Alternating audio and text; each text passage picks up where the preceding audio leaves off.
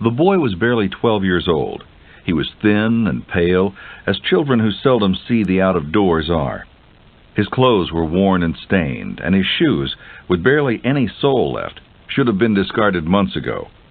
But in spite of his ragged and thin appearance, there was a certain sturdiness about him. His eyes were unusually bright and intense, and his face, although glum, reflected a kind of determination. There were jars before him, endless stacks of them, each containing black shoe polish. His task was simple and unbearably tedious. On each jar he was to paste a label. Jar after jar, hour after hour, he pasted these labels on the same wooden table in a damp, noisy warehouse in the heart of the London slums.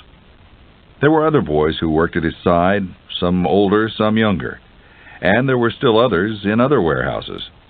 They worked 12 hours a day, 7 days a week, sweeping, assembling, polishing, stacking, or loading.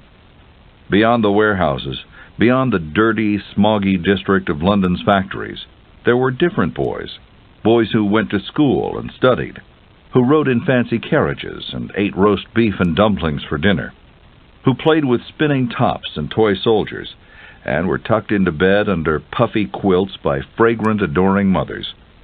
But young Charles Dickens was not among them. In the warehouse, a shrill whistle announced the lunch break. It was the same meal as yesterday and the day before, a lump of raisin pudding and a penny loaf of bread. He took a dirty rag and tried to rub the sticky paste and the black dye from his fingers. He paid no attention to the rat that darted out from beneath the table. He was used to them. There were 4 more hours to go, and then he could go home. Home was now a stark room in the attic of a cheap boarding house close to the warehouse. As he ate, he wondered, as always, what would become of him. He thought about his parents and whether he would ever see them again. It occurred to him, with desperate fear, that he might be orphaned forever. What could not have occurred to him was that this miserable experience of abandonment and poverty would later be the inspiration for some of the greatest stories in English literature. Today, Charles Dickens' books are known to almost everyone in the Western world. The dejected young boy who once labored for a blacking warehouse would later produce works that are famous for their vivid descriptions of the social conditions of mid-19th century England. They're famous, too, for their deep pathos Dickens experienced firsthand. Dickens was born in England on February 7, 1812, the second of 8 children. He was born just in time to witness the transformation of England from a rural agricultural society to a commercial industrial society of factories, slums, and the rising middle class. It is this change which is so powerfully chronicled in his novels, and which makes them not just dramatic stories, but social histories. Dickens' own family was middle class, but barely middle class. His background included one grandfather who was a servant and one who was an embezzler. His father, a Navy clerk, made a decent salary but was careless with money. When he was imprisoned for debt, young Charles was yanked out of school and sent to the blacking warehouse to make his own living. It was such a significant and terrible event in his life that 60 years later he could still barely talk about it. At the time, he was both consumed with shame and with fear and resentment that his parents had deserted him. The warehouse period was brutal but short. Dickens' father soon came into an inheritance, and he was put back into school. His mother protested, preferring he keep his job at the warehouse, and Dickens harbored bitterness over this for many years. The inheritance, too, was soon spent, and the Dickens family was never more than a few pence away from poverty. This poverty would haunt Dickens the rest of his life, even when he himself was wealthy. In one of his first books, David Copperfield, he wrote a formula that showed exactly what he felt about the power of money. It went, annual income £20, annual expenditure £19.06, result, happiness. Annual income £20, annual expenditure £20.06, result, misery. Back in school, Dickens used to write stories on scraps of paper and sell them to his schoolmates for marbles. But writing at this point was a pastime. At 15, when it came time to think about a trade, he went to work in a law firm as a clerk. Later, he became a court reporter, first of law cases, then of parliamentary proceedings. He was a fast and hard worker, known for his astute observation.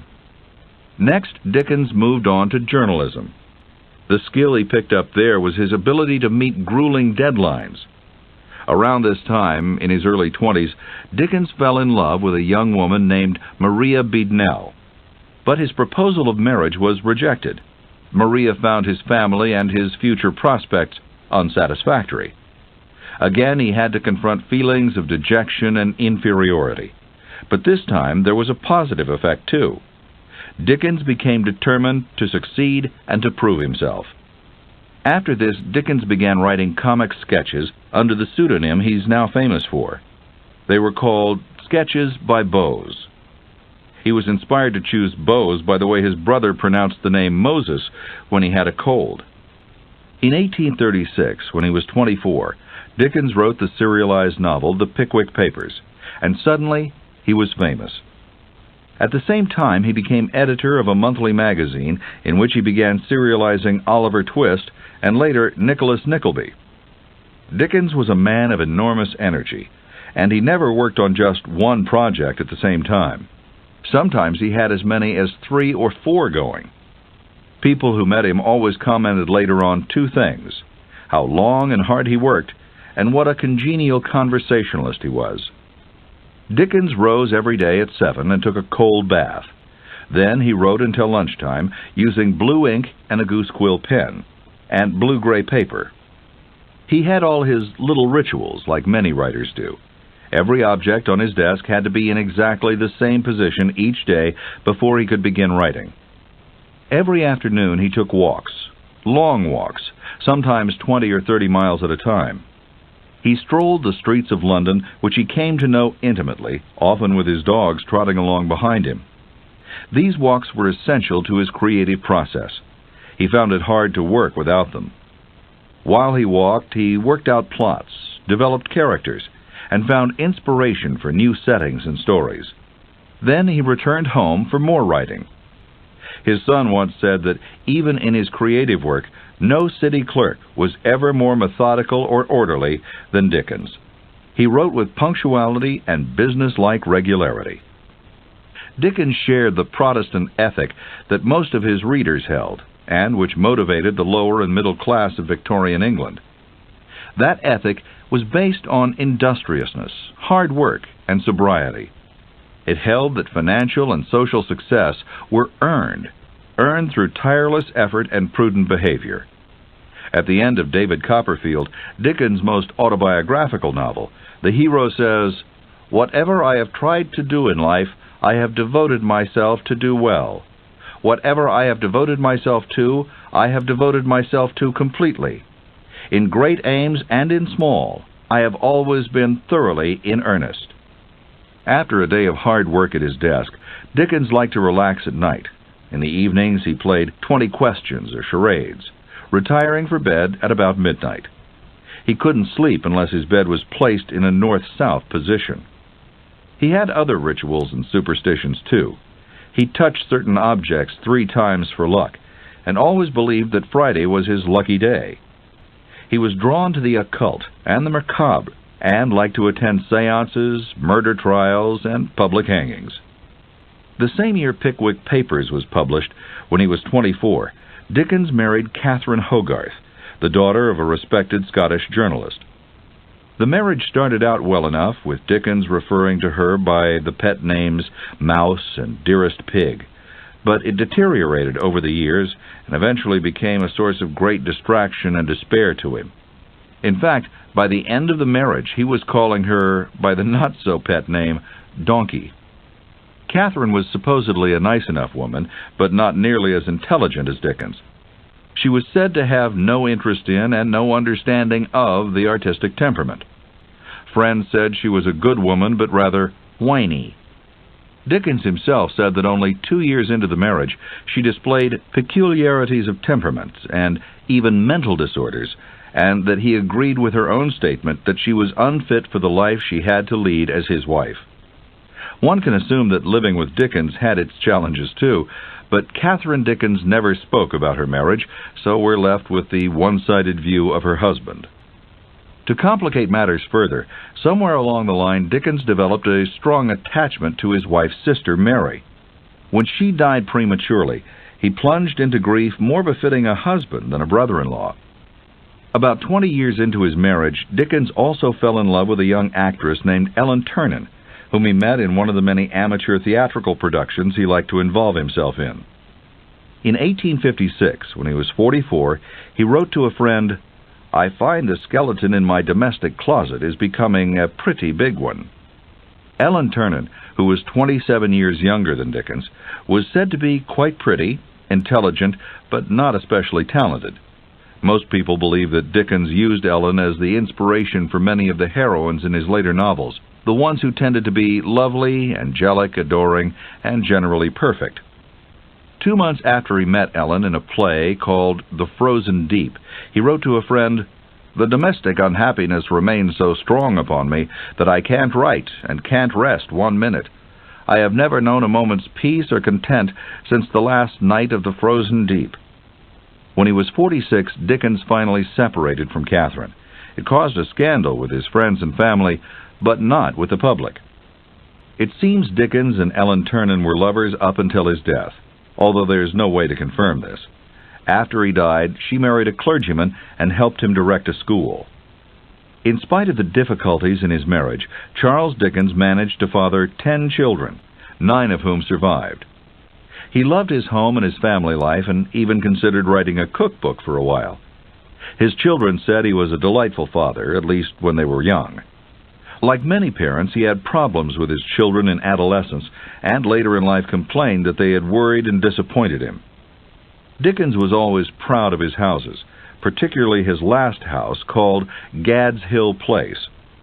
It was the same estate his father had often pointed out years before, with the comment that it was the type of place Dickens himself might own someday, if he would only work hard enough.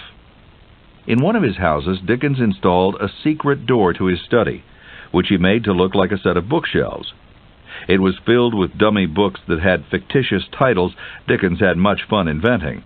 They included 5 Minutes in China, The Quirley Review, Noah's Architecture, and Cats' Lives, which consisted of 9 volumes. There was also an amusing pair of bogus books entitled The Wisdom of Our Ancestors and The Virtues of Our Ancestors. The Wisdom of Our Ancestors contained volumes on the block, the stake, the rack, and dirt. The Virtues of Our Ancestors was so slim the title had to be printed sideways. Dickens was very sociable and liked to have guests, most of whom were friends from art and literature circles. He went out frequently, especially to the theater, and always dressed very elegantly. In fact, he was quite vain. He was particularly concerned about his hair and often pulled a comb out, even at dinner parties, to make sure every hair was in place. He wore red velvet waistcoats, rings on his fingers, and a diamond stick pin on his vest. He once said of himself, "I have the fondness of a savage for finery." This by no means should imply that Dickens was superficial or that he turned into a snob. To the contrary, he always avoided high society, and he dedicated himself to many important social causes.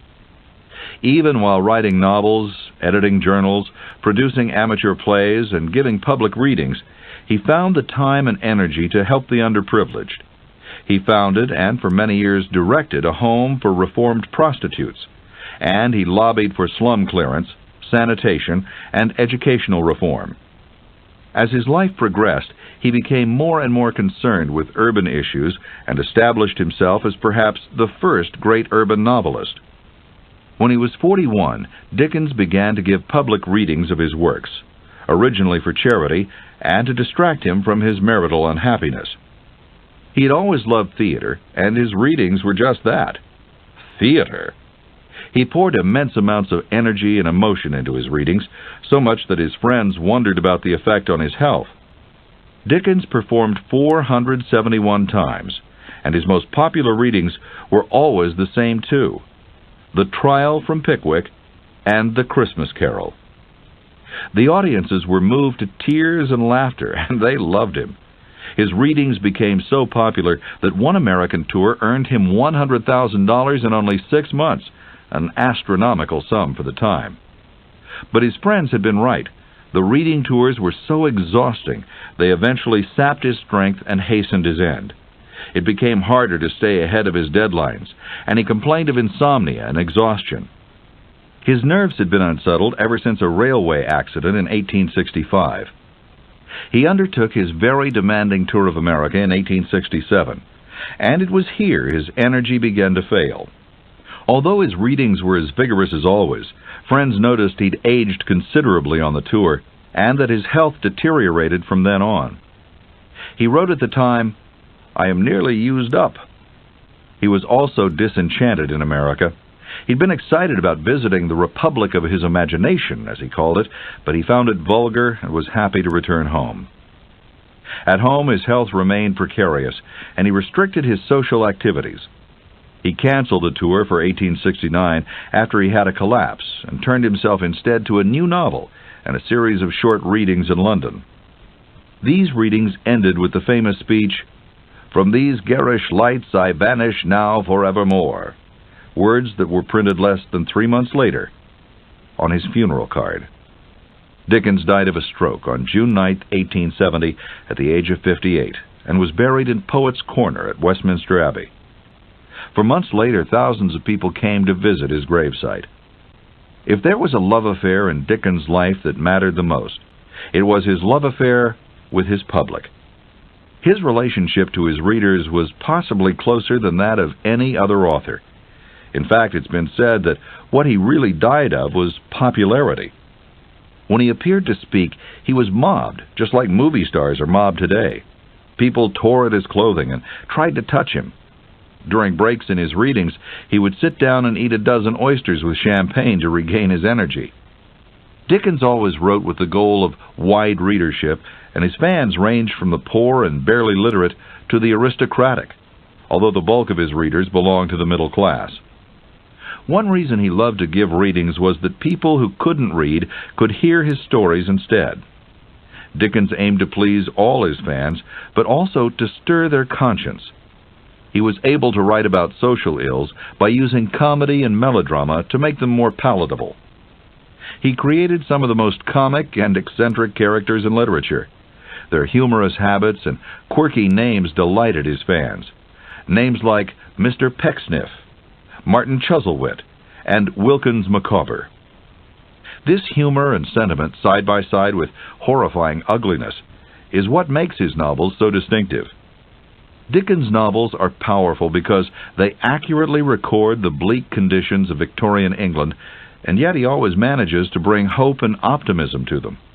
The settings of his various books have included grim prisons and factories, orphanages, workhouses, the streets of the slums, and even a bloody and violent revolution. He uncovers for us the cruelty and harshness of his era, but he always does so with wit, satire, and a sense of compassion for the underdog. Dickens created villains who were greedy, deceitful, and even sadistic, but he also created heroes and heroines who were honest and good, and who eventually rose above the moral decay that surrounded them. Many of Dickens' books were originally serialized. He wrote them in episodes, and one was published each month. This serialization is still apparent in his novels.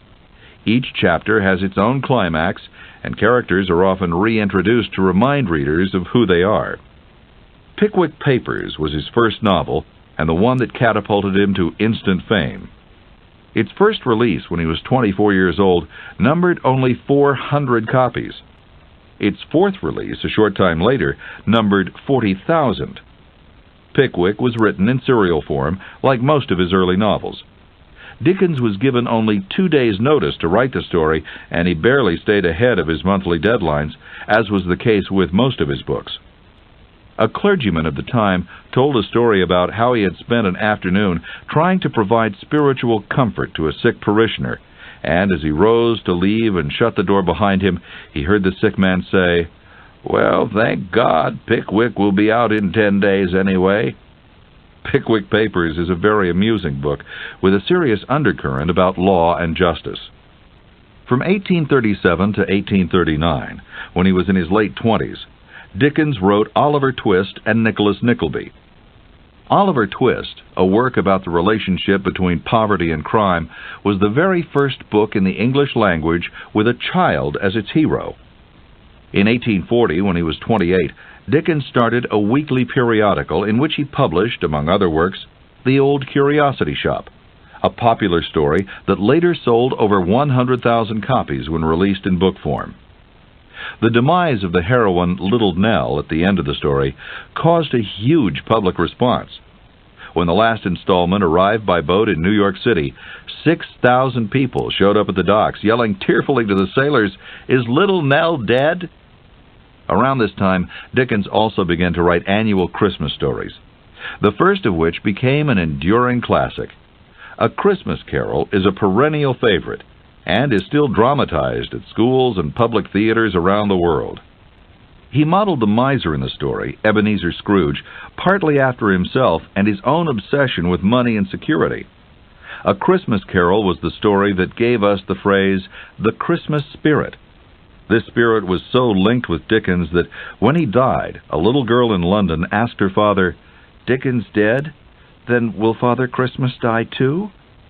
One of Dickens' special talents was his ability to see life through the point of view of a child, and he did so with unmatched sensitivity and insight in David Copperfield, which he wrote in 1850 when he was 38 years old. In the first half of the story, the hero is only a boy, and all we see and experience is filtered through his own innocent eyes. The entire book is written in the first person, as David, now a man, reflects on his life and the circumstances which formed his character. David Copperfield is the most autobiographical of any of Dickens' works. Many of the events in the story parallel events in Dickens' life, and some of the characters are drawn from characters he knew. In fact, by the end of the story, Copperfield has become a successful writer. In the process of describing Copperfield's life, Dickens also manages to become a social commentator and an energetic advocate of children's rights. The book includes descriptions of the worst abuses and inequities of his time: the rigid schools, child labor, debtors' prisons, unsanitary slums, and the general lack of respect and compassion for children, especially poor children. David Copperfield proved to be Dickens' most popular book, and there are more copies of it, both hardbound and paperback, than any of his other works. It was also the favorite work of the author himself. Charles Dickens wrote, "Of all the books, I like this the best. Like many fond parents, I have in my heart of hearts a favorite child, and his name is David Copperfield." It was Dickens' theory, perhaps not revolutionary today, but certainly debatable in the 1850s, that love was more conducive to growth and learning than fear. In another novel, Nicholas Nickleby, he vented his full fury on English schools and their soul-destroying cruelty. His attacks led to a parliamentary investigation and to the eventual closing of many of the worst schools. Charles Dickens is still known as one of the first crusaders for children's rights, urging gentleness and understanding in place of sharp discipline and the control of emotions so popular in Victorian England. As his life progressed, Dickens' concern for abused and exploited children became a passion. In 1852, Dickens released Bleak House, which described a corrupt judicial system. It isn't among his most popular works, but many critics consider it his masterpiece. That was followed a few years later by Little Dorrit, a story haunted by grim prison scenes. Then, in 1859, at the age of 47, he tried something new. This experiment in a new style was entitled A Tale of Two Cities, a story about the French Revolution. It has one of the most famous opening lines and one of the most famous closing lines in all of literature. It begins with, "It was the best of times, it was the worst of times." And it ends with, "It is a far, far better thing I do than I have ever done." The story is part love story and part social history. It tells about the romance between the son of a French aristocrat and an English girl, and a young English barrister who sacrifices his life for their happiness. This drama develops against the backdrop of events that led to the Revolution, the heartless exploitation of the poor by French nobility, and the bloody and merciless vengeance those poor extract. In the actual style of A Tale of Two Cities, Dickens makes a departure from his previous works. For one thing, there are far fewer characters involved. Where David Copperfield had perhaps 20 to 30 significant players, A Tale of Two Cities has only a half dozen or so. That's because, unlike his previous novels, A Tale of Two Cities is focused on plot rather than character. And what a plot it is! More than one reader has stayed up all night with A Tale of Two Cities, unable to put it down until the story is resolved. When it is resolved, Dickens gives us one of the most memorable and heart-wrenching endings in the history of literature. Part of what makes A Tale of Two Cities so compelling, besides the story itself, is the strength with which Dickens evokes the atmosphere of the time. He vividly captures the tension, the raging emotions, the squalor of the streets, and the arrogance of the nobility. Another trait that separates A Tale of Two Cities from Dickens' other works is its lack of humor. Readers had come to love the comic characters and humorous incidents that distinguished his other books, and some were disappointed at the relentless seriousness of this novel. But that seriousness is appropriate to the mood and story, and strong humor would have seemed out of place. This demand for consistency is a burden many great writers have had to bear. Once the public becomes accustomed to a certain style, attempts by the writer to explore other styles and diversify his talents are seen as betrayal. A Tale of Two Cities was followed by Great Expectations, another story of a boy's coming of age. In writing Great Expectations, Dickens returned to many themes and styles that characterized his earlier works. In fact, it bears a strong resemblance to David Copperfield in both story and themes. They're the only two books Dickens wrote in the first person, from the point of view of the hero. In both stories, the narrator is a mature adult, looking back on his life, and particularly his childhood. In addition, the boys in both books are orphans, outcast from society, subject to the whims, kind or cruel, of those around them.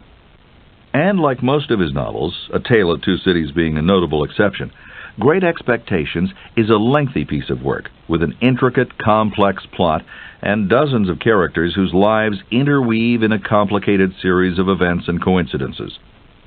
But what distinguishes this book from his earlier works, among other things, is that by the time Dickens wrote it, he was more mature himself. Great Expectations is a landmark in Dickens' career, because it's his most psychological book, the first book in which he was more focused on the internal workings of his characters than on plot. The motivations of the characters are far more complex and sophisticated, and many of his characters, not just the hero, experience an inner transformation. By the end of the book, they have changed. They've grown emotionally and spiritually from their sufferings. In 1865, at the age of 53, Dickens finished his last novel, Our Mutual Friend. He was working on another when he died 5 years later, called The Mystery of Edwin Drood. It was left uncompleted, the mystery unsolved. Dickens' books have endured for over a century. They still sell well, are widely taught in literature classes, and are often performed in modern dramatizations. He's also been an inspiration to many accomplished writers who followed him, among them Dostoevsky and Kafka. Those who met and knew Charles Dickens say he was a hearty, energetic man, but he was a sad man. As he grew older, he also grew more embittered and disillusioned. Life for Dickens was a series of disappointments. His childhood was marred by poverty and desertion. His first love rejected him. His long marriage was an unhappy one. He later felt let down by his children. And throughout, he was consumed by the gray bleakness and despair of life in the new industrial society. The pain Dickens felt as a child seemed to stay with him his entire life. Yet what is remarkable is how he took this pain and translated it into moving stories and novels that informed and entertained millions of people.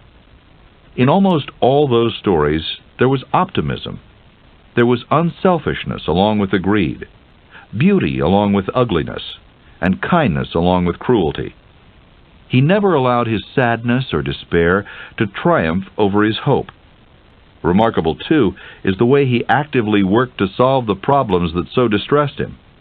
While producing an enormous amount of writing, he also applied himself diligently to the social problems of London, volunteering his efforts for a number of causes and projects that benefited the poor and oppressed. Charles Dickens lived with disappointment, but he did all he could to assure that such disappointments would not be the lot of others and of the generations that would follow him.